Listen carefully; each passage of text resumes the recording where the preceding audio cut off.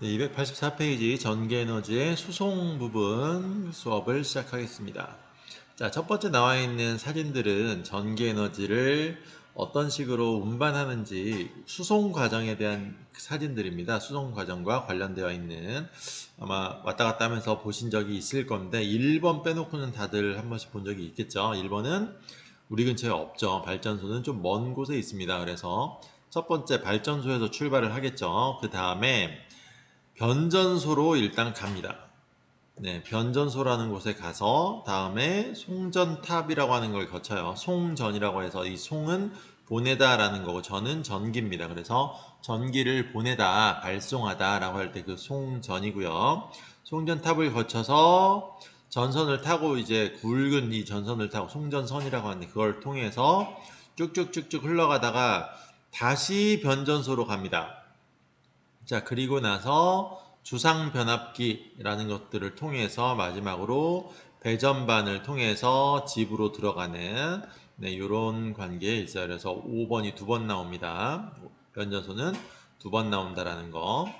자, 자세한 내용도 다음 페이지에서 할 텐데 일단 이 페이지에서 중요한 건 네, 학습 목표겠죠. 자, 첫 번째 발전소에서 사업장까지 원거리 전력 수송 과정을 설명할 수 있습니다. 방금 얘기했었죠. 네, 과정은 발전소에서 변전소를 거쳐서 송전탑 갔다가 다시 또 변전소로 왔다가 주상 변압기를 통해서 배전반으로 간다. 그런데 여기 조심해야 할 건 변전소를 왔다 갔다 하는 게 아니에요. 변전소가 두 군데 있어요. 네, 조금 이따 그림 보시면 다시 한번 이해가 가실 거고요. 자, 그 다음에요. 전력 수송 중 전압이 변하는 과정을 설명할 수 있다. 그러니까 일단 답은 나왔네요. 전력 수송 과정에서 뭐가 변화한다? 전압이 변화합니다. 이 전압 변화가 왜 일어나는지 그리고 어떻게 일어나는지 이게 이제 과정이 되겠고 이 과정을 설명할 수 있으면 된다는 거고요. 세 번째, 전력을 효율적으로 수송하는 방법. 그 다음에 안전하게 수송할 수 있는 방법. 이 두 가지요. 전력 수송할 때 안전, 그 다음에 어떻게 하면 더 효율을 높일 수 있는지 이 두 가지를 다 설명할 수 있으면 된다는 이야기겠죠. 자, 다음 페이지로 넘어가시면 전력 수송 과정이 잘 나와 있습니다. 용어들을 먼저 조금 살펴보시면 전력이라고 하는 말이 나와 있죠. 전력이라고 하는 거는 뭐냐? 전기 에너지다 이렇게 돼 있죠. 단위 시간당 공급되는 전기 에너지를 뭐라고 부른다? 전력 이렇게 불러요. 전력은 뭐다? 전기 에너지를 의미하는 거고 전기 에너지를 어떤 식으로 표현되느냐? 전압과 전류의 곱으로서 표현이 됩니다. 그래서 아래쪽에 보시면 전력은 전압 곱하기 전류 이렇게 돼 있죠.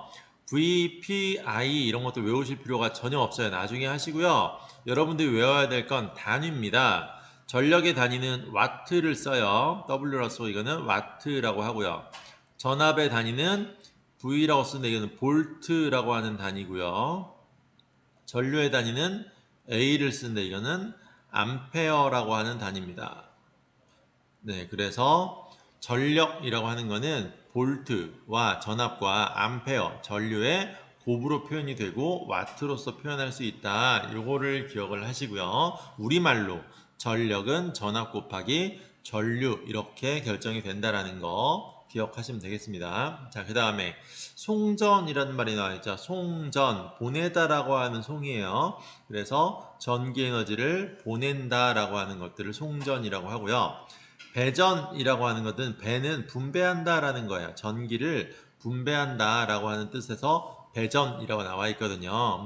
송전과 배전은 어떻게 다르냐? 아래쪽에 있는 그림 보시면서 한꺼번에 설명하도록 하겠습니다.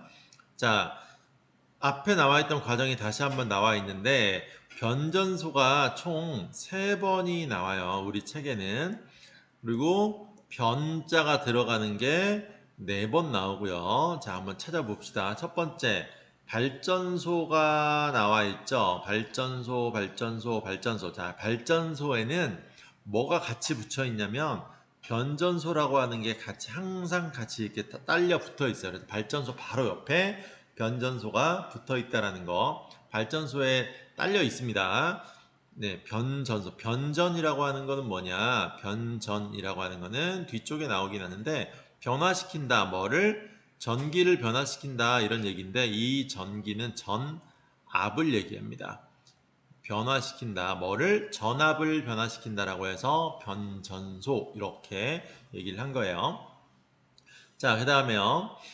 1차 변전소라는 게 나오고 2차 변전소라는 게 나오고 그 다음에 주상 변압기라는 게 나오죠. 주상 이건 뭐냐면 주상 주는 기둥입니다. 기둥 주는 뭐라고요?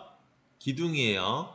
우리 전신주라고 하잖아요. 기둥을 얘기하는 거고 상 위를 얘기하면 윗상 짰습니다. 그래서 전신주 위에 올라가 있다고 해서 주상 변압기 이렇게 하는 거예요. 주상에서 상은 위상자입니다. 그래서 기둥 위에 있는 변압기, 변은 뭐예요? 변화. 압은 뭡니까? 네, 전압을 이야기를 합니다. 기는 기계고요. 그러니까 변화시키는데 뭐를? 전압을 변화시키는 기계를 변압기 이렇게 부르는 거고 변전기라고 부르지 않아요. 변압기라고 불러요. 그리고 변전소는 아까 전압을 변화시키는 거라고 했죠. 변전이. 그래서 변전소는 전압을 변화시키는 장소를 이야기를 합니다. 자, 우리 집 가정 여기 있었죠. 그러니까 우리 집까지 들어오는 단계를 보시면 발전소에서부터 첫 번째 변전소를 거치고 그 다음에 또 여기 중간에 있는 얘가 송전탑이 되겠고요. 이 송전탑에서 송전탑까지는 다 전선이 이렇게 연결되어 있겠죠. 이 전선은 송전선 이렇게 부릅니다. 그래서 전선을 통해서 1차 변전소에 왔다가 또 전선을 통해서 2차 변전소에 오고 그 다음에 또 전선을 타고 주상 변압기에 온 다음에 우리 집까지 들어옵니다. 그러니까 변압기를 총 4번 정도 거친다라는 거죠. 가정에 들어갈 때까지 변압기를 총 4번을 거쳐요. 변압이라고 하는 것 자체가 4번에 걸쳐서 일어난다라는 거고 그 중에서 3번은 변전소라는 곳에서 일어나고 1번은 변압기에서 일어나네요. 자, 그런데 약간 역할이 달라요. 변전소가 3번이나 있는 이유가 뭐냐? 역할이 조금 다릅니다. 자, 아래쪽에 보시면 발전소에는 뭐라고 되어 있어요? 전압을 생산한다 이렇게 되어 있죠. 만들어냅니다. 그런데 그 다음에 있는 변전소에서 하는 일이 뭐냐면 전압을 높여서 보낸다 이렇게 되어 있죠. 자, 초고압 발전소 얘네들이 하는 일은 뭐냐면 전압을 증가시키는 역할을 합니다. 첫 번째 변전소에서 하는 역할은요. 자, 두 번째 변전소 볼까요? 345kV, 765kV를 154kV까지 뭐라고 되어 있어요? 낮춘다 이렇게 되어 있죠. 자, 1차 변전소에서 하는 거 전압 감소고요. 낮추는 거예요. 자, 2차 변전소도 역시 보시면 낮춘다라고 되어 있죠. 6.6kV까지 전압을 낮춘다. 더 낮춘대요. 그래서 여기도 전압을 감소시키는 역할을 하고요. 그 다음에 주상 변압기 볼까요? 주상 변압기도 뭐라고 되어 있어요? 가정에서는 220V 이걸로 전압을 공급한다니까 2차 변전소에서 얼마로 낮아졌냐면 22.9kV, 11.4kV, 6.6kV, 킬로는 1000이잖아요. 그럼 이건 얼마냐면 22.9에다가 1000이면 1개, 2개, 3개 볼트 이렇게 되니까 얼마야? 22,900V 11.4kV라고 하는 건 11,400V 6.6kV는 6,600V 이 정도로 높단 말이에요. 자, 이 정도로 날라온 게 주상 변압기에서 얼마로 바뀐다? 220V나 380V로 또 공급한다로 되어 있는데 여기 낮아진답니다. 낮춰서 공급한다요. 그러니까 주상 변압기의 역할도 전압을 낮춘다. 이런 역할을 합니다. 그러니까 전압을 떨어뜨리는, 전압을 끌어내리는 역할을 세 군데에서 하는 거고 첫 번째 발전소 바로 옆에서는 전압을 높여주는 역할을 하고 이거를 단계별로 낮춘다. 한 방에 높여서 단계별로 낮춘다. 그래서 변압을 하는 즉 전압을 변화시키는 장치가 총 4개가 필요한데 첫 번째 확 높여서 두 번째, 세 번째, 네 번째를 거치면서 단계적으로 낮춘다. 이렇게 기억을 하시면 됩니다. 자, 그러면 다시 한번 정리를 해볼게요. 송전 과정이었잖아요. 네, 전압이 우리 집까지 오는 과정을 보시면 맨 첫 번째 어디에서? 발전소에서 출발을 하죠. 네, 발전소에서 출발을 하는데 출발하자마자 바로 누굴 만난다? 변전소를 만납니다.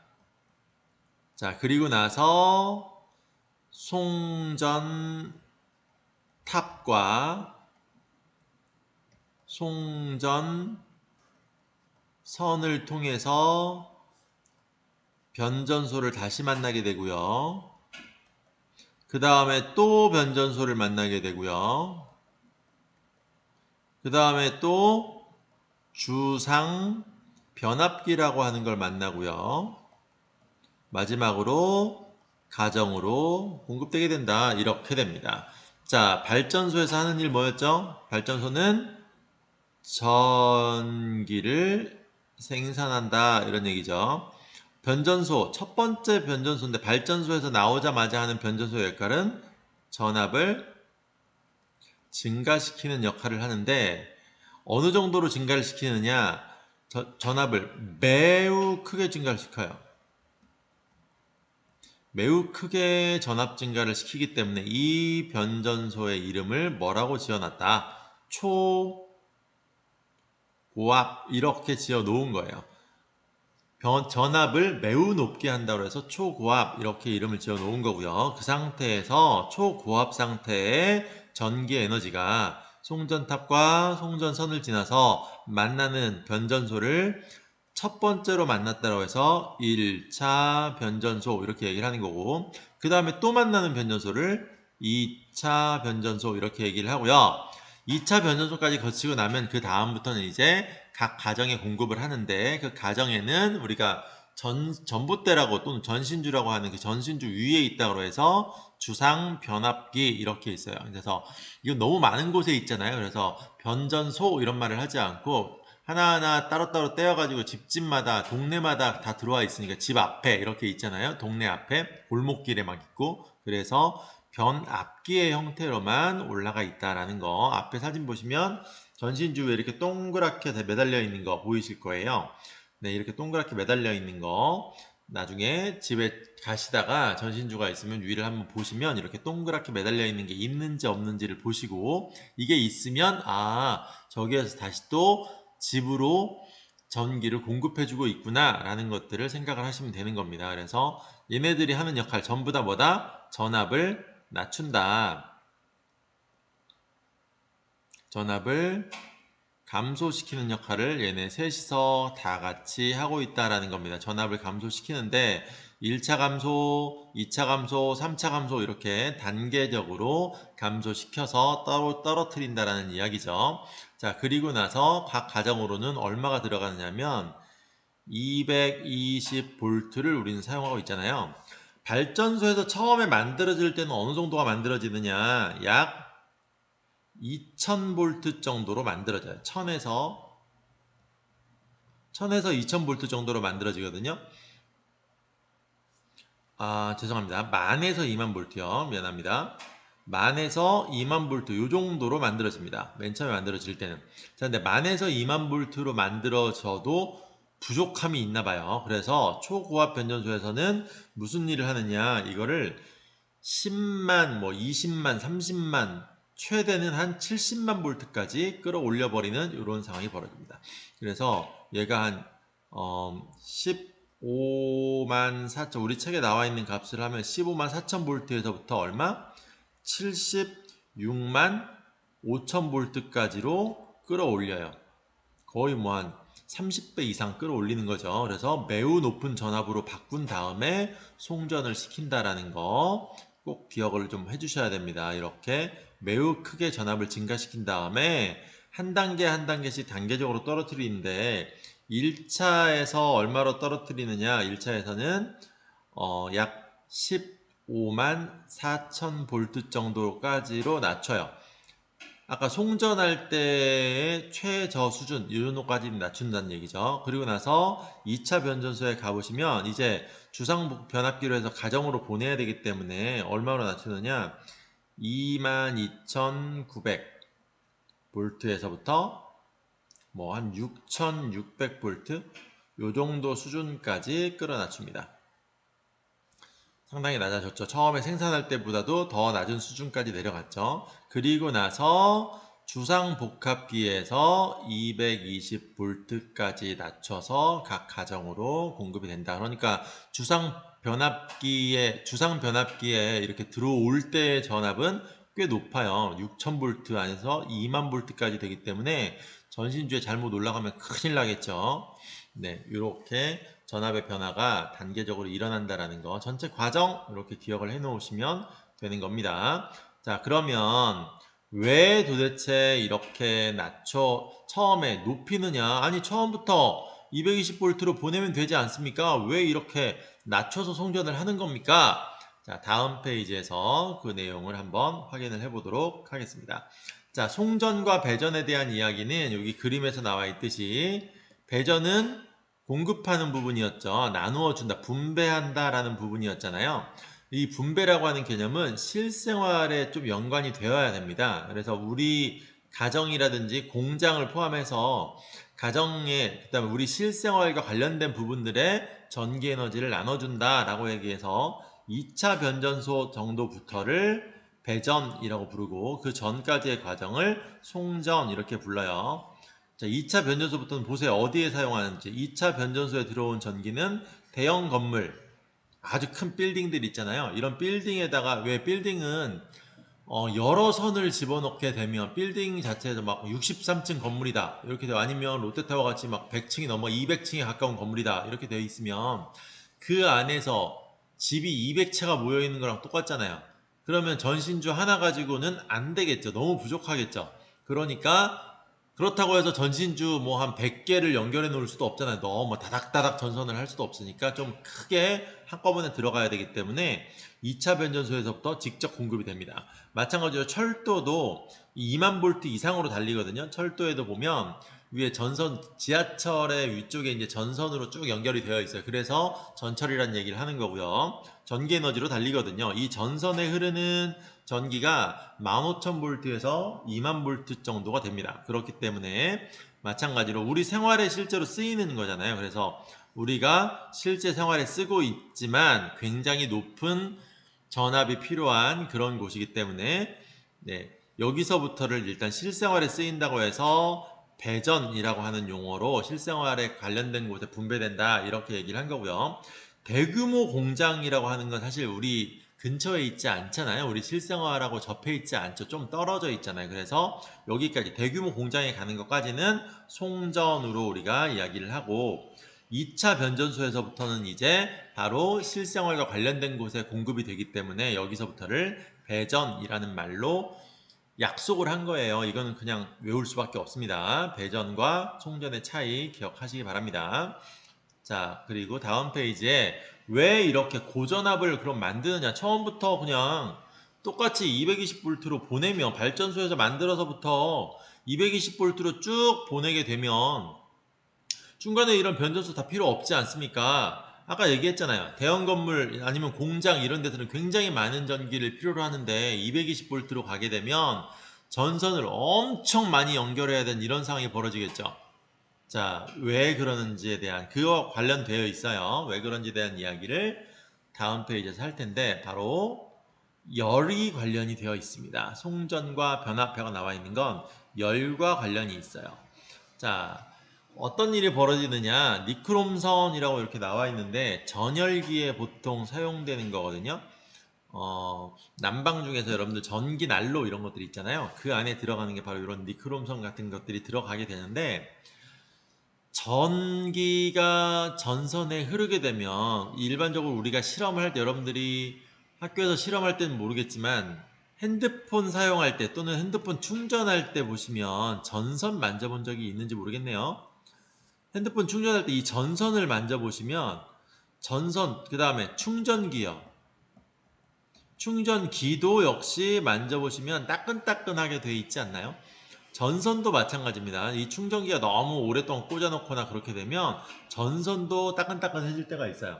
전선을 되게 좋은 걸 써야 되는데 싸구려 되게 얇은 전선일수록 열이 많이 난다. 이런 것들을 아마 여러분들 실생활에서 본 적이 있는 사람도 있고, 한 번도 경험해보지 못했으면 지금부터라도 한번 만져보세요. 지금 주변에 있는 전선 한번 충전선 꽂아놓고 한번 만져보시면 조금 따뜻해지는 그런 경우들이 있어요. 특히 정품선 말고요. 좀 얇게 나와 있는 굉장히 얇은 싸구려 그 충전 케이블 같은 경우를 사용할 때, 그리고 고속 충전할 때요. 고속 충전을 하는데 싸구려 케이블을 얇은 싸구려 케이블을 이용한다. 이런 경우에 열이 좀 많이 발생을 하는 그런 것들을 여러분들 실생활에서 볼 수가 있습니다. 한번 만져보시고요. 바로 이 열 에너지에 손실이 일어나기 때문에 이 손실을 막기 위한 과정이었다. 이런 내용이 송전과 그 전압을 변화시키는 변압에 대한 내용으로 나와 있습니다. 책을 한번 먼저 이건 읽어보고 그리고 나서 자세한 설명을 다시 한번 정리해 드리도록 할게요. 자, 그럼 수업 내용을 한번 교과서 내용을 한번 보시면, 자, 발전소의 발전기는 용량에 따라 차이는 있는데 전압이 매우 높다라는 이야기죠. 10에서 20 킬로볼트니까 만이나 2만 볼트 정도 된다라는 거고요. 발전소 바로 옆에 있는 변전소에서는 154kV면 15만 4천 볼트, 34만 5천 볼트, 76만 5천 볼트 이렇게 매우 높은 볼트로 전압으로 높인다. 이 전압을 수백 킬로볼트니까 수십만 볼트로 높여서 보내는 이유가 대체 뭐냐? 열과 관련이 있다. 자, 전류가 흐르면 어떤 일이 벌어지느냐? 니크롬선뿐만이 아니라 전선도 마찬가지고요. 도체가 모두 해당됩니다. 모든 도체, 전류가 통하는 모든 물질들은 전류가 흐르게 되면 저항에 의해서 뭐가 발생한다? 열이 발생한다. 도체라고 해서 저항이 없는 게 아니에요. 모든 물질은 저항을 가지고 있습니다. 저항이라고 하는 거는 뭐였죠? 전류의 흐름을 방해하는 거를 의미한다라고 했었죠. 자, 전류의 흐름을 방해하는 걸 저항이라고 얘기를 합니다. 근데 이 저항이 왜 생기느냐면 원자로 모든 물질은 이루어져 있다라고 우리가 알고 있죠. 그래서 전선이든 도체든 간에 다 보시면 원자가 어떻게 이루어져 있더라? 가운데에는 원자 핵이 있고요. 네, 그 원자 핵의 주변을 전자가 돌아다니는 형태죠. 그래서 가운데에 이렇게 원자 핵들이 쭉 분포가 되어 있고 이 원자의 주변을 전자들이 이렇게 돌아다니고 있는 이런 형태로 되어 있어요. 모든 물질이 이렇게 되어 있다고요. 눈에는 잘 보이지 않지만, 자, 그래서 전류의 흐름이라고 하는데 이 전류라고 하는 건 결국은 뭐냐면 전자의 흐름이에요. 이 전자들이 여기만 붙잡혀 있지 않고 이 원자에 소속되어 있지 않고 움직이는 전자들이 있다라는 이야기입니다. 여기서부터 여기로 막 왔다 갔다 하는 돌아다니는 전자들이 있어요. 이 전자를 뭐라고 부르냐면 자유전자라고 불러요. 여기서의 자유라는 말은 원자 하나에 구속되어 있지 않다, 소속감이 없다 이런 뜻으로 쓰이는 거예요. 그래서 이 전자들은 이 전체를 원자들 사이사이 전체를 막 돌아다닐 수 있는데 돌아다니다가 보면 중간중간에 뭐가 있어요? 움직이지 않는 원자 핵이라는 게 있잖아요. 얘네들이랑 부딪히게 된다고. 얘네가 움직이다가 이거랑 부딪히게 되면 이 충돌 과정에서 뭐가 발생하느냐? 바로 열이 발생한다. 이 충돌 과정에서 발생하는 게 열 에너지가 됩니다. 그렇기 때문에 모든 물질은 전류가 흐르게 되면 열 에너지를 방출하게 된다고요. 저항을 갖게 된다는 이야기입니다. 그래서 모든 물질은 저항이 다 있고 저항이 있게 되면 전자가 이동을 하다가 부딪혀가지고 그 저항에 의해서 원자핵과의 충돌 이거에 의해서 열이 발생하게 된다라는 뜻이에요. 도체라고 하는 건 저항값이 굉장히 작아요. 예를 들어서 구리선을 우리가 가장 많이 쓰는데 이 구리선의 저항이 0.007 정도 됩니다. 밀리미터의 제곱 나누기 미터 이렇게 되는데 뒤에 있는 단위는 조금 어렵고요. 옴 이 정도가 돼요. 그래서 구리선이 1m당 1제곱밀리미터당 0.007옴 정도로 해서 굉장히 작은 저항값을 갖습니다. 그래서 우리가 이 구리선을 송전에 많이 이용을 하죠. 전선으로 이용을 하죠. 그런데 저항이 없는 건 아니잖아요. 있긴 있잖아요. 있긴 있기 때문에 이 저항에 의해서 열이 발생을 한다라는 이야기고, 요 정도의 열은 얼마 안 될 것 같은데, 문제는 뭐냐면 전류나 전압이나 저항 이런 것들이 커질 때가 문제가 돼요. 숫자가 작을 때, 우리가 실험실에서 하는 정도, 그냥 가정에서 쓰는 정도로는 큰 문제가 안 될 수 있는데, 아까 얘기했잖아요. 충전기 사용할 때도 이 충전기를 연결하는 선에서 열이 발생할 수 있다, 이런 얘기 했었죠. 그렇지만 그 열의 양은 별로 큰 양이 아니기 때문에, 얼마 되는 양이 아니어서 우리가 잘 느끼지도 못하고 크게 문제가 안 된다는 겁니다. 그런데 문제는 뭐냐면, 송전이라고 하는 거는 발전소에서부터 우리 집까지 와야 되는 거죠. 자, 근데 문제는 발전소가 집 근처에 있는 게 아니죠. 얼마나 돼 있냐면, 보통 우리 김포로 얘기를 하자면, 김포까지 들어오는 발전소는요, 한 20km 정도 떨어져 있어요. 인천 쪽에서 오거든요. 그래서 20km 떨어져 있는 곳에서부터 여러분들 가정으로 들어가는 겁니다. 자, 그러면 문제는 뭐냐면, 이 구리선이 그냥 요 정도, 실험실에 있는 요 정도 있을 땐 문제가 안 되는데, 이게 20km나 떨어져 있는 이 정도가 돼버리면 0.0075밖에 안 되는, 이게 밑에 있는 미터가 뭐냐면 미터당 0.0075m 이런 얘기예요. 그러니까 얘가 0.0075이 1m당 이 정도라고요. 물론 이런 값도 있긴 하지만 이거는 나중에 설명을 하고요. 1m당 이 정도란 말이에요. 그런데 20km면 2만 미터죠. 곱하기 2만 미터를 해줘야 된단 말이에요. 킬로니까. 자, 그러면 약분을 하게 되면 얼마가 되느냐. 0.007이니까 무시할 수 있을 줄 알았는데, 하나 둘 셋이면 하나 둘 셋 7 남고요. 20이면 145옴 정도로 커지네요. 네, 이렇게 커진다라는 게 문제예요. 그러니까 구리선은 저항이 거의 없다라고 해서 우리가 쓰고는 있지만, 실제로 사용하게 되면 저항값이 이렇게 증가하게 됩니다. 145옴이라는 이 정도 저항으로 증가하게 되니까 이 저항에 의해서 열이 발생하는 이런 상황이 벌어진다라는 뜻이에요. 열로 손실되는 양이 얼마나 되느냐, 전기 에너지가 어느 정도나 열 에너지로 손실되느냐를 계산할 때에는 왼쪽에 나와 있는 이 손실 전력을 계산하는 식을 이용을 합니다. 이거를 다 설명하기는 지금 너무 어렵고 시간이 좀 오래 걸립니다. 그래서 이 식 하나만 그냥 외워놓도록 합시다. 자, 전력을 계산하는 방법은 앞에서 나왔어요. 뭐라고 되냐면, 전력은 전압 곱하기 전류, 이렇게 우리가 계산을 한다라고 얘기를 했었죠. 이 전력이 전압 곱하기 전류로 된다라는 거에서 착안을 해서 나온 거고요. 그 다음에 손실되는 전력도 마찬가지로 계산은 돼요. 전압 곱하기 전류, 어쨌든 이것도 전력이기 때문에 손실이 얼마큼 되는지, 생산되는 게 얼마큼 되는지 전부 다 전압 곱하기 전류로 계산을 한단 말이죠. 그래서 좀 헷갈림이 있습니다. 그래서 그냥 손실 전력은 여러분들이 어떻게 기억을 하시느냐, 지금은 그냥 요 식만 이용을 하시기 바라고, 자세한 설명은 나중에 조금 더 과학을 배우고 전기에 대해서 좀 더 익숙해진 다음에 하셔도 상관이 없으니까, 전류의 제곱 곱하기 저항, 이렇게 된다라고 여러분들이 알고 계시면 되겠습니다.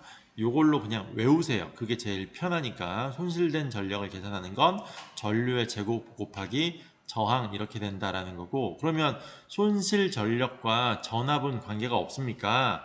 전압과 관계가 있는데, 전압은 직접적인 영향을, 여기 보시면 밑에 들어가 있잖아요. 분모에 들어가 있어요. 그러니까 전압은 오히려 더 반대 영향을 줍니다. 그래서 지금 여러분들이 사용할 건 이 두 가지만 사용을 하시면 돼요. 손실 전력은 전선에 흐르는 전류의 양의 제곱배에 비례하고, 그 다음에 전선의 저항에 비례한다라는 거고, 이 전력은 모든 곳에 다 통용이 되는 겁니다. 자, 그런데 여기서 우리가 한 가지 생각할 게 뭐냐면, 전력의 양이 같을 때요,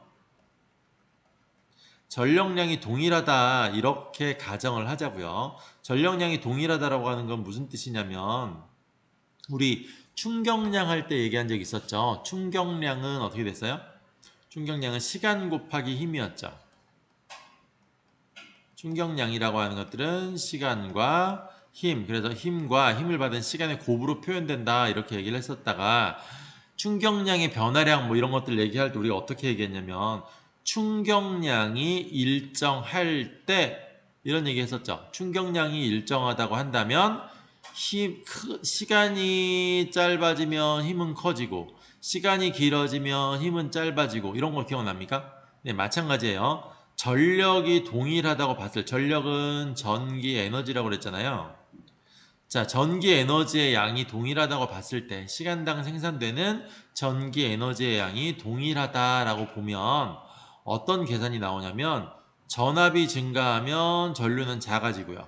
반대로 전압이 감소하면 전류는 커지는 이런 효과가 있다라는 뜻이에요. 전력이 동일하다는 뜻은. 그래서 전력이 동일하다 이게 뭘 의미하느냐? 전압이 증가하면 이 증가한 만큼 전류는 감소한다. 반대로 전압이 감소하면 당연히 전류는 증가하겠죠. 자, 그런데 손실된 전력은 뭐에 비례한다? 전류의 제곱배에 비례한다. 이렇게 되어 있잖아요. 그러면 손실되는 전력을, 즉 이 손실 전력은 결국은 얘가 열 에너지로 빠져나간다라고 했으니까 빠져나가는 열 에너지의 양을 줄이려면 손실 전력을 줄이려면 같은 말이에요. 손실 전력을 줄이려면 전류를 줄이던가 아니면 저항을 줄이면 되겠죠. 이 저항은 어디서 나온다? 아까 저항이라고 하는 건 물질이 갖고 있는 특징이라고 그랬잖아요. 그래서 저항이라고 하는 거는 전선에서부터 나와요. 그럼 전선의 저항을 줄이는 방법이 뭐냐? 전선을 얇은 전선보다는 두꺼운 전선을 사용하면 됩니다. 근데 두꺼운 전선을 사용하게 되면 당연히 돈도 많이 들겠고 또 무거워지겠죠.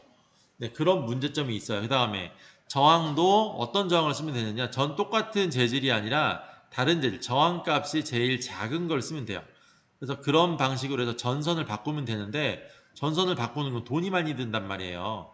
그렇기 때문에 전선을 싹 바꾸고 그 다음에 송전탑 이런 걸 건설하기도 너무 힘들고 너무 무거워지니까 자, 이런 문제점이 있기 때문에 어떻게 한다? 전류를 줄여보자 이렇게 된 거예요.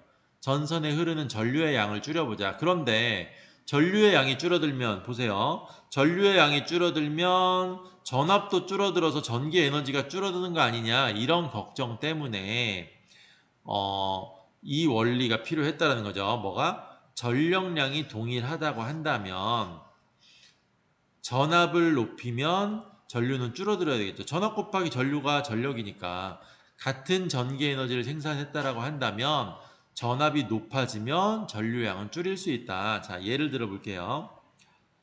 전력이라고 하는 건 와트로 우리가 계산을 합니다. 그래서 100와트는 너무 작네요. 한 1000와트 정도 생산했다고 합시다. 자, 생산되는 에너지의 양이 1000와트가 되기 위해서는 어떻게 하면 된다? 100볼트로 10암페어만큼 생산하면 되겠죠. 또는 10볼트로 100암페어만큼을 생산하면 되겠죠. 또는 1볼트로 1000암페어만큼을 생산하면 1000와트가 되는 거죠. 또는 1000와트로 1000볼트로 1암페어만큼만 생산하면 되는 거죠. 또는 10,000볼트로 0.1암페어만큼만 생산하면 되는 거죠. 자, 요 얘기예요. 이게 전부 다 뭐다? 전압 곱하기 전류가 전력이라고 했으니까 동일한 전력을 얻기 위해서는 전압 곱하기 전류의 값이 일정하면 되는 거잖아요. 그러니까 동일한 전력이라는 거는 전압 곱하기 전류가 일정한 거니까 전압이 크면 전류가 작아져야 곱한 값이 일정해지겠죠. 그래서 이렇게 생산한 게 전부 다 전기 에너지는 얼마다? 1000와트라고 하는 양의 전력이 나타난다 이런 얘기예요.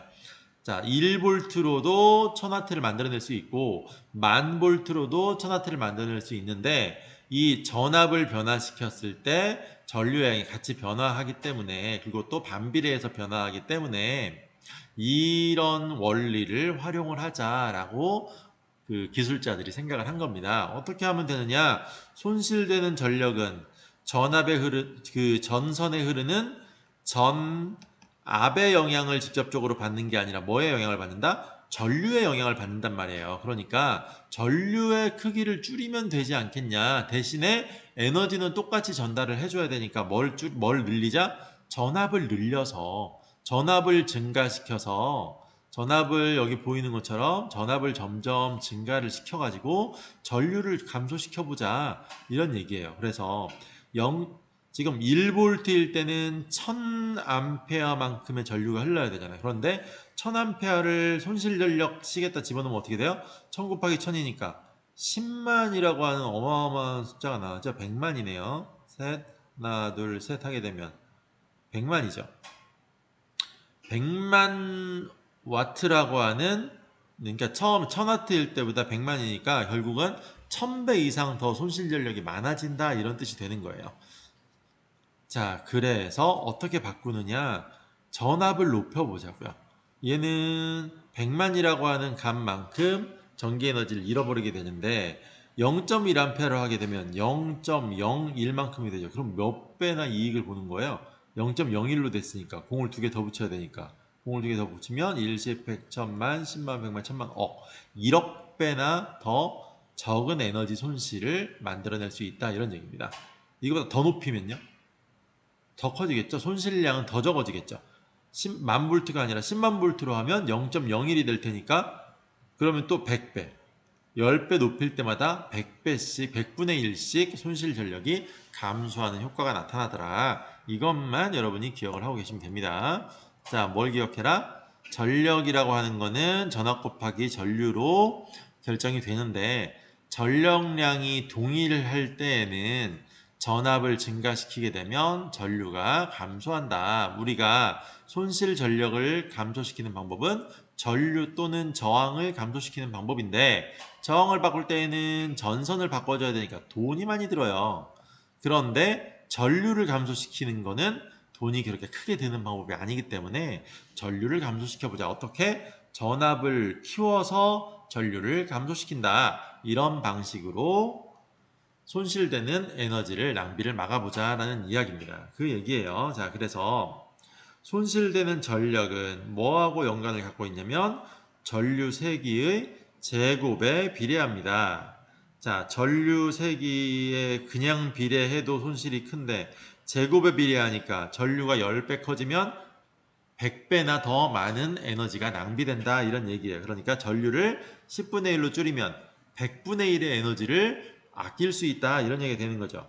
자, 그래서 전류의 세기가 클수록 많은 양의 전력이 열로 손실된다. 이게 굉장히 중요합니다. 이 부분을 꼭 기억을 해주세요. 그래서 어떻게 하자?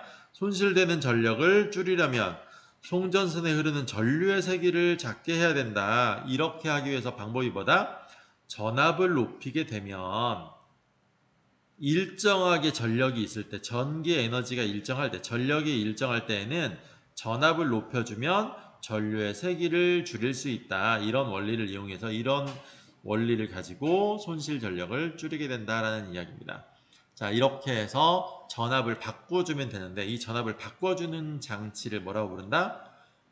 전압을 바꾼다. 앞에서 얘기했죠. 변전이라고 했고요. 또는 변압. 같은 얘기예요. 변은 전부 다 변화를 얘기하는 거고요. 변전에서도 전압, 변압에서도 전압, 전부 다 전압입니다. 그래서 변전 또는 변압이 필요하고 이렇게 하는 기계를 변압기라고 불러요. 그래서 변압기를 필요로 하는 거고 이 변압기가 많이 있는 장소를 뭐라고 불러요? 변전소 이렇게 부르는 거고요. 그래서 이 변전소를 지어서 그 안에다 변압기를 아주 많이 설치해서 전압을 높여가지고 송전을 하는 방식을 사용하고 있다. 됐습니까? 자, 다음 페이지로 넘어가서 그러면 변압기의 원리를 살펴볼게요. 어떤 식으로 변압기가 전압을 변화시킬 수 있느냐라는 걸 살펴볼 텐데, 자, 요 그림을 보시면 조금 복잡할 수 있는데, 코일이 두 종류가 나와 있습니다. 처음에 있는 걸 1차 코일, 두 번째에 있는 걸 2차 코일 이렇게 되는데, 여기 이렇게 동그랗게 되어 있는 게 전원장치의 표시예요. 전원장치고요. 전원장치 안에 이렇게 되어 있는 거 이거는 교류라고 하는 뜻이에요. 교류는 뭐냐면 플러스 마이너스 극이 이렇게 정해져 있는데 이게 정해져 있지 않고 플러스였다가 다시 마이너스 플러스로 바뀌었다가 다시 또 플러스 마이너스로 바뀌었다가 이게 계속 반복되는 걸 교류라고 부릅니다. 직류는 우리가 건전지 생각하시면 되겠죠. 건전지는 플러스 마이너스 바뀌어요? 아니죠. 여기가 항상 플러스 항상 마이너스로 정해져 있죠. 이렇게 정해져서 있는 걸 직류라고 그러고요. 교류는 교차한다, 교대된다, 플러스 마이너스가 계속 바뀐다라는 뜻으로 해서 전류가 계속 바뀐다, 흐름이 왔다 갔다 바뀐다라고 해서 교류 이런 말을 쓰게 됩니다. 자, 1차 코일은 전원장치에 연결된 코일을 얘기하고요. 2차 코일이라고 하는 거는 전원장치에서부터 오는 전압을 변화시키는 역할을 하는 것들을 2차 코일이라고 불러요. 자, 어떤 원리로 변화시키는지 한번 보시면 그림을 먼저 잘 볼까요? 코일을 감은 횟수를 한번 보세요. 코일을 감은 횟수가 1차 코일은 조금 감겨져 있죠. 하나, 둘, 셋, 넷, 다섯, 6번밖에 안 감겨져 있는데 2차 코일의 경우는 굉장히 많이 감겨져 있죠. 그래서 코일의 감은 횟수가 다르죠. 네, 이게 가장 중요한 부분입니다. 그래서 변압기의 가장 중요한 원리는 뭐냐? 1차 코일과 2차 코일 이 두 가지로 있는데 1차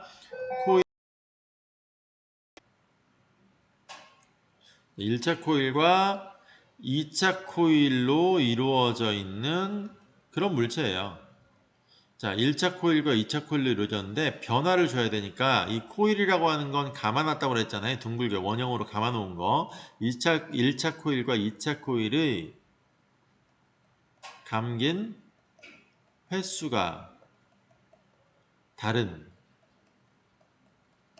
이 원리를 이용을 합니다. 1차 코일과 2차 코일의 감긴 횟수의 차이, 이걸 이용해서 전압을 변화시키는 그런 장치를 변압기 이렇게 불러요. 그래서 1차 코일하고 2차 코일의 횟수의 비율에 따라서 전압을 높일 수도 있고 낮출 수도 있다, 이렇게 생각하시면 됩니다. 되게 쉬워요. 1차 코일의 감긴 횟수가 2차 코일의 감긴 횟수보다 더 크다, 이렇게 되면 여기는 많이 감겨 있는데 이쪽은 적게 감겨 있다. 자, 이렇게 되면 어떻게 되느냐? 반대로 나가야 되겠네요. 자, 이렇게밖에 안 감겨 있어요. 그러면 어떻게 되느냐? 전압이 낮아집니다. 그러니까 1차 코일과 2차 코일을 비교해서 1차 코일에 비교해서 2차 코일의 개수가 많은지 적은지 이것만 따지면 되는 거예요. 원리는 간단합니다. 그래서 감긴 횟수가 적어졌죠. 네, 감긴 횟수가 적어졌습니다. 자, 감긴 횟수가 적어지면 어떤 일이 벌어진다? 전압이 감소합니다. 낮아져요. 자, 그럼 반대로 1차 코일의 감긴 횟수가 적은데 2차 코일을 봤더니 감긴 횟수가 엄청 많다. 자, 이렇게 되면 어떤 일이 벌어진다? 이거는 지금 감긴 횟수가 많아졌죠. 자, 2차 코일의 감긴 횟수가 많아지는 상황이 벌어지면 어떤 일이 벌어진다? 네, 반대이니까 전압이 증가한다. 네, 이게 다예요. 자, 그래서 여기 쪽에는 항상 전원장치를 가해줘야 되는데 전원장치는 교류로만 해야 됩니다. 직류는 이게 안 돼요. 그래서 교류를 이용한다라는 거 이렇게 되어 있어요. 교류를 이용해서 코일의 감긴 횟수를 변화시킴으로써 전압을 변화시키는 장치를 바로 변압기다, 이렇게 부르는 거고요. 1차 코일을 기준으로 했을 때 감긴 횟수가 적어지면 전압이 떨어지고 감긴 횟수가 증가하면 전압이 증가해요. 근데 이게 덧셈일까요? 곱셈일까요? 비율로 나가야 될까? 아니면 차이, 뺄셈으로 나가야 될까? 네, 당연히 곱셈으로 나가야 되겠죠. 그래서 요거의 비율로서 따져야 됩니다. 그래서 이게 만약에 10번이고 여기가 30번이다 라고 한다면 어떻게 된 거예요? 곱하기 3배 된 거죠. 그러니까 전압도 곱하기 3배의 전압이 나타난다. 단순합니다. 네, 이렇게만 지금은 기억하셔도 돼요. 책에 나와 있는 거는 공식들이 막 나와 있는데 어려워하실 필요가 하나도 없어요. 감긴 횟수가 10번이고 2차 코일이 감겨서 30번이야. 2차 코일이 많아졌네. 몇 배? 3배 많이 감겼네. 그러면 전압도 네, 얼마나 더 많이 감긴다? 3배. 아, 이건 증가로 해야 되니까 아래쪽으로 가야 되겠네요. 미안합니다. 헷갈릴 수 있으니까. 자, 간단하게 수식만 보면 됩니다. 1차 코일, 2차 코일, 전압. 자, 이렇게 해보면, 자, 전압. 이렇게 해볼게요. 자, 그래서 1차 코일의 전압, 감긴 횟수가 100번, 2차 코일의 감긴 횟수가 150번, 이렇게 됐어요. 그러면 전압이 100V였다. 그럼 어떻게 될까요? 100번에서 150번이면 곱하기 얼마? 곱하기 1.5배 된 거죠. 그러면 전압도 몇 배가 되면 돼요? 곱하기 1.5배 되면 얼마입니까? 100V였다 1.5배 곱하면 네, 당연히 150V겠죠. 이렇게 된다고요. 자, 1차 코일이 30번 감겨 있어요. 그런데 2차 코일에서 얼마로 할까? 120번 감겨 있습니다. 그럼 어떤 일이 벌어질까요? 지금 몇 배 됐죠? 가면서 4배 많이 감겨 있죠. 자, 4배 많이 감겨 있으니까 여기 처음에 100V로 했으면 마찬가지로 100V다 라고 한다면 몇 볼트가 돼요? 전압이 곱하기 100V에다가 4배 해야 되니까 얼마? 네, 400V 이렇게 올라간다고요. 자, 그 다음에 네, 그 다음에 자 1차 코일에 200번 감겨져 있어요. 2차 코일에는 20번 감겨져 있어요. 자, 그러면 곱하기 몇 배가 된 거죠? 200하고 20이니까 10분의 1배로 감소했죠. 자, 그럼 전압도 얼마가 된다? 곱하기 10분의 1배로 감소한다. 그럼 얼마입니까? 100V였으니 여기도 100V라고 하면 100V였으니까 10분의 1이면 네, 그렇죠. 10V로 줄어든다. 이런 이야기입니다. 쉽죠? 네, 1차 코일과 2차 코일의 비교를 하는데 전원이 여기니까 전원 장치에 연결되어 있는 코일과 비교를 하라고요. 그래서 전원 장치에 연결되어 있는 코일, 1차 코일이죠. 1차 코일보다 증가했으면 전압도 커지는 거고 1차 코일보다 감소했으면 전압도 감소하는 거고 몇 배 증가했는지 몇 배 감소했는지 이걸 따져가지고 전압도 거기에 맞춰가지고 변화한다. 이렇게 보시면 되는 겁니다. 간단하죠. 그거를 이렇게 식으로 나타내면 이렇게 된다라는 거예요. 감긴 수의 비율과 전압의 비율이 동일하다. 이렇게 나타난 게 왼쪽에 있는 식입니다. 꼭 이 식을 외우지 않아도 이해만 하시더라도 문제는 풀 수 있어야 되겠죠. 자, 책에 있는 내용도 그 내용이 다예요. 자, 가운데 입력되는 부분, 교류, 이건 전원이죠. 교류 전원이 입력되는 부분을 뭐라고 부른다? 1차 코일이라고 부른다. 그 다음에 이제 빠져나가는 부분이요. 전기기구가 꼭 연결되지 않아도 돼요. 왜 그러냐면 이런 부분이 있었죠. 아까 우리 변전소 나올 때 봤던 거 있었잖아요. 이렇게 1차 변전소, 2차 변전소 있었잖아요. 이 변전소는 이게 전기 제품하고 직접 연결된 게 아니죠. 그러니까 이 안에도 변압기는 들어있는 거고 전기 제품하고 직접 연결되어 있지 않으니까 꼭 전기 제품일 필요는 없어요. 여기로 아까 뭐라고 그랬냐면 어디까지 1차 변전소에서 어디까지 낮춘다고 그랬냐면 15만 4천 킬로볼트까지 낮춘다 이렇게 돼 있죠. 그러니까 1차 변전소에서 빠져나갈 때 얼마로 빠져나가냐면 15만 4천 네, 볼트 이렇게 되는 거예요. K볼트는 1000볼트니까. 자, 그 다음에 2차 변전소로 들어갈 때는 15만 4천 볼트였는데 나갈 때 얼마로 낮춘다고 이렇게 돼 있었냐면 제일 작은 거 한번 해볼까요? 6,600, 6.6 킬로볼트 이렇게 되죠. 154에서 6.6까지 줄어든 거죠. 네. 154에서 6.6이면 벌써 몇 배예요? 6.6이면 곱하기 2 하면 12 이렇게 나오니까 그 정도 되겠네요. 2보다는 좀 더 크긴 하겠죠. 3하고 2 중간이니까 2.5쯤 되겠네요. 그러면 나눠보시면 벌써 몇 배인지 나오죠. 그러면 어떻게 만든다? 들어가는 거는 154, 나오는 건 6.6 이렇게 됐으니까 줄었죠. 그러니까 1차 코일의 가문 횟수가 굉장히 많고 2차 코일의 가문 횟수는 적어야 될 거고 몇 대 몇의 비율일까요? 똑같아야 되겠죠. 요거를 154번 감았다면 얘는 6.6번만 감으면 되는 거예요. 6.6번 감을 수 없으니까 66번 감을 때 1540번 이 비율로 감으면 됩니다. 얘를 1540바퀴 감을 때 2차 코일은 66바퀴만 감게 되면 그래서 154 대 6.6의 비율로 코일을 만들어 놓으면 이런 식으로 변화해서 낮아져서 나가게 된다. 이런 뜻이 되겠죠. 이해되시나요? 네, 이해가 되셨으면 좋겠네요. 자, 밑에 있는 것도 마찬가지입니다. 여기 있는 계산도 그렇게 해봤는데 간단한 계산을 해본 거예요. 처음에 400만 와트에서 출발을 합니다. 자, 400만 와트에서 출발을 하는데 송전 전압이 얼마였냐면 40만 볼트였죠. 자, 이 40만 볼트로 나가니까 40만에다 얼마 곱하면 400만이 됩니까? 네, 같아야 되니까 네, 440만 볼트라고 한다면 10암페어면 되는 건가요? 네, 송전 전압이 10암페어 이렇게 되겠죠. 그래서 10암페어로 이렇게 40만 볼트니까 10암페어로 줄어들어 가지고 날아가고 있는 이런 상황인 거죠. 자, 이렇게 가다가 변전소에서 얼마로 바꿔줬냐면 40만 볼트로 되어 있는 거를 200볼트로 줄여놨죠. 자, 그러니까 여기 변전소에도 지금 줄어들었으니까 코일이 여긴 많이 감겨 있고 나갈 때는 조금 감겨 있어야 되겠네요. 40만하고 200의 비율로 여기를 40만 번 감았으면 여기는 200번만 감은 그런 횟수의 비율로 감겨 있을 거다라는 걸 바로 알아볼 수가 있겠죠. 자, 이렇게 하게 되면 송전 전압이 4만일 때보다 10분의 1로 줄었죠. 전압이 줄면 전류가 10배 늘어야 되겠죠. 당연히. 왜? 곱한 값이 일정해야 된다고 그랬잖아요. 400만 와트로. 그래서 전류가 10배 늘어난 거예요.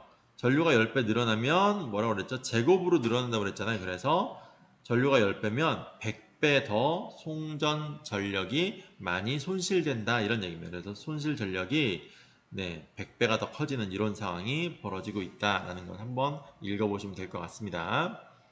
자, 288페이지로 넘어가시면 효율적이고 안전한 수송을 위해서는 어떻게 해야 되느냐. 전압이 높으니까 함부로 만지거나 하면 되게 위험하겠죠. 그래서 안전하게 전원을 공급하자라는 거. 그 다음에 효율적으로 공급하자. 손실을 줄이자. 이런 얘기예요. 효율적으로 공급하자라는 건 뭐라고요? 손실되는 전력을 감소시키자. 이런 뜻으로 지금 나온 게 효율적으로 수송하자라는 이야기입니다. 자, 그 내용을 한번 살펴보시면 자, 아래쪽에 나와 있네요. 지하에 매설하면 사람이 왔다 갔다 하면서 건드리지 않을 테니 좀 더 안전해지겠죠. 자, 그 다음에 로봇을 이용해서 송전선로를 점검한대. 사람이 직접 올라가면 굉장히 위험하니까 이거를 로봇을 이용해서 한다. 이런 뜻이 되는 거겠죠. 그래서 케이블도 막 많이 바뀌었고 해적 케이블 막 이런 것들도 많아졌고 그래서 위에 그림을 보시면 1965년에 비해서 2015년에는 전력망 자체가 엄청 많아졌죠. 근데 이렇게 많은 전선이 생겼기 때문에 이런 전선들을 네, 다 안전하게 처리를 해야만 위험한 사고가 발생하지 않을 거다. 그 얘기가 나와 있는 겁니다. 자, 그래서 어떤 식으로 우리가 안전하게 만들 수 있는지 그리고 손실 전력을 좀 줄일 수 있는지 그 이야기들이 나와 있겠죠. 자, 첫 번째 보시면 전력을 네, 효율적이고 안전하게 수송하기 위한 그런 방법을 한번 찾아보자라는 이야기입니다. 자, 첫 번째는 뭐냐면 여러 선을 했을 때의 장점이 나와 있어요. 거미줄 같은 송전 전력망, 그러니까 송전망이 한 선이 아니라 여러 선이다 이런 얘기죠. 여러 선을 하게 되면 어떤 장점이 있느냐. 선이 이상이 생겼다. 이게 무슨 얘기냐면 전선 끊겼을 때요. 뭐 사고나 태풍이 온다거나 그래서 전시주가 넘어져 가지고 전선이 끊겼어요. 그러면 예전 같은 경우에는 전선이 몇 개 안 되니까 방금 전에 그림을 다시 한번 보시면 여기 지금 검정색으로 나와 있는 게 전선인데 전선이 얼마 안 되니까 여기 중간에 하나가 뚝 끊겨버리면 양쪽으로 전력 공급이 제대로 안 되겠죠. 아래에서 생산해갖고 위로 보내는 거라고 한다면 위쪽 동네에 공급이 안 될 거고 또 위에서 아래로 보내는 전원 같은 경우에는 아래쪽 동네에 공급이 안 될 테니까. 그런데 현대로 오면 이거 하나 끊기더라도 다른 선이 많잖아요. 그러니까 이런 다른 선로를 통해서 돌아갈 수 있기 때문에 돌려서 공급할 수 있다. 이 이야기를 써놓은 거예요. 뭐라고? 우회해서 송전할 수 있다. 그래서 거밀줄처럼 이렇게 촘촘한 전력망이 깔려 있는 게 좋은 그런 장점이 된다라는 이야기인 겁니다. 자, 그런데 문제는 뭐예요? 감전사고나 이런 것들이 많이 나올 수는 있겠죠. 네, 그런 것들을 좀 대비해야 된다라는 얘기들이 또 있고요. 자, 외부 환경의 영향을 많이 받지 않는 지중선로, 지하에 지중이라는 거는 지하에다가 설치해라 이런 얘기입니다. 땅속에 설치하면 안전할 수 있겠죠. 그 다음에 수리할 때 로봇을 이용하는 것도 안전할 수 있을 거다. 그래서 안전사고에 대한 이야기가 두 가지가 나와 있고요. 자, 그 다음에 아래쪽에 쭉 읽어보시면 데이터를 분석해서 소비자들이 얼마나 쓰는지를 가지고 전력량을 조절하게 되면 마찬가지로 버려지거나 남는 것들을 관리할 수 있겠죠. 그래서 데이터를 이용해서 필요한 전력량을 예측해서 공급량을 조절해라. 그래서 한 번에 많이 보낼 필요 없이 필요한 양만큼만 보내고 나머지는 아낄 수가 있다. 이런 얘기고요. 그 다음에 아래쪽에 보시면 지능형 전력망이라고 하는 게 나와 있죠. 네, 그래서 장소라든지 시간을, 그러니까 지능형이라고 하는 것들은 우리 요즘 얘기하는 AI 이런 것들 생각해 볼 수도 있겠고요. 인공지능을 얘기하는 거겠죠. 그래서 소비자가 언제 많이 쓰고 언제 덜 쓰는지 이런 것들을 사람이 직접 뭐 통계하는 게 아니라 인공지능이 다 알아서 기계를 작동해 가지고 발전소를 좀 더 많이 가동할지 조금 가동할지 네, 이런 것들을 다 결정을 해준다. 이렇게 받아들이시면 되겠습니다.